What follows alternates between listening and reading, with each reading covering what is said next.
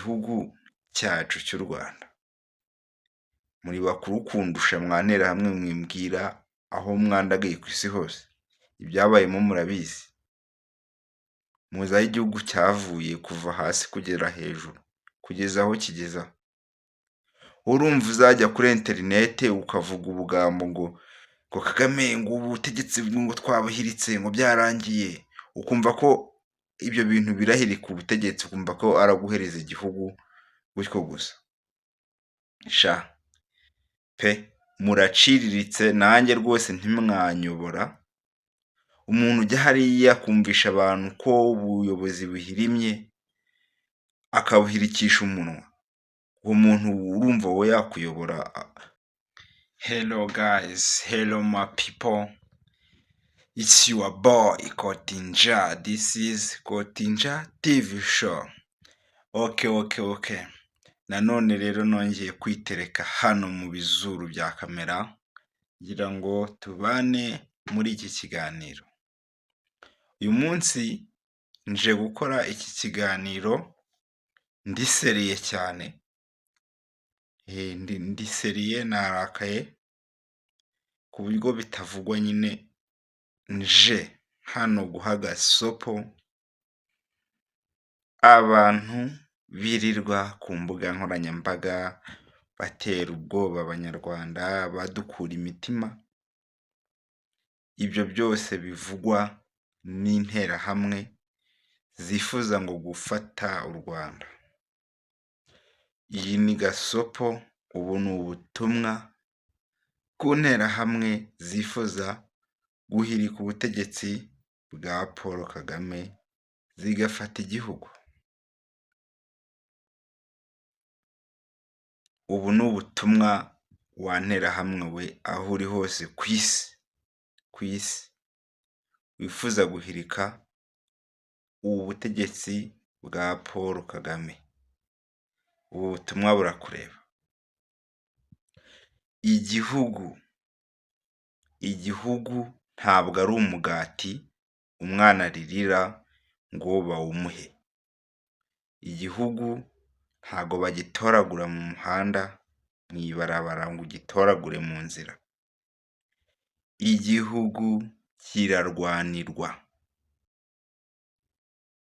Bisubiremo, igihugu si umugati batoragura mu nzira. Igihugu bakimenera amaraso. Igihugu ntabwo ari umugati umwana aririra ngo uwumuhereze.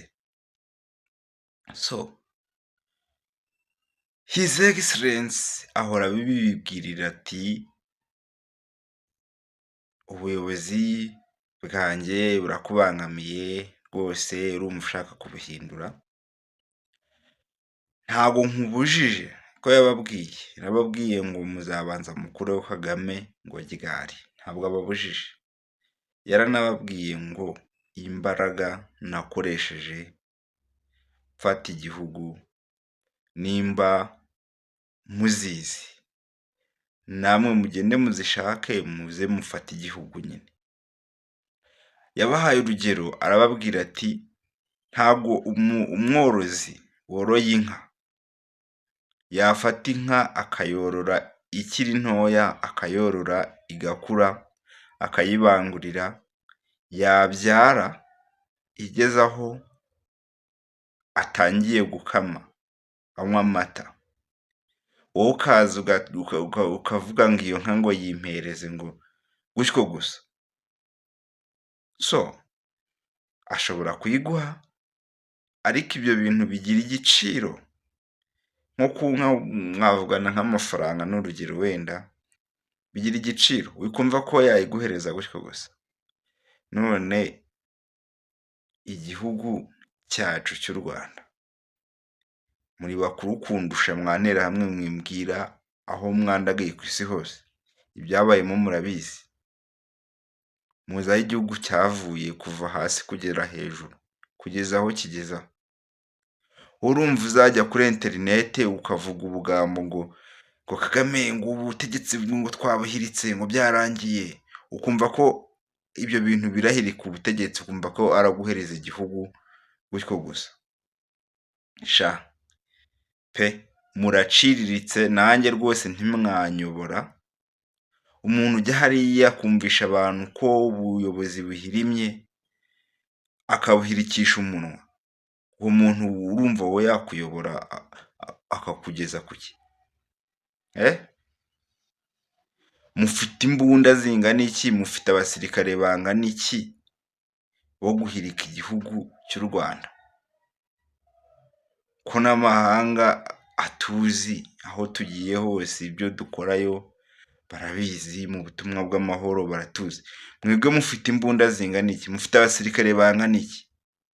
Icyo mushoboye ni ukwirwa kuri za YouTube mushaka views gusa, muvuga ubugambo. Njya mbabona gasopo, igihugu ntago ari umugati batoragura mu muhanda, toka kure mwabibwamo.